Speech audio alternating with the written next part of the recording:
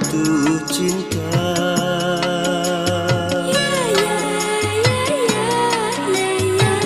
Tapi hatimu tak bahagia.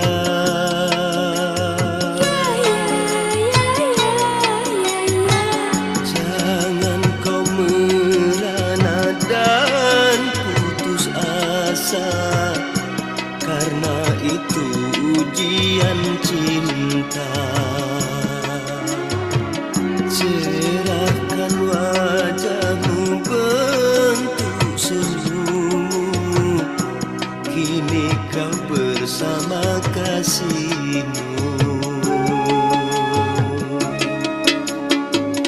Memang bercinta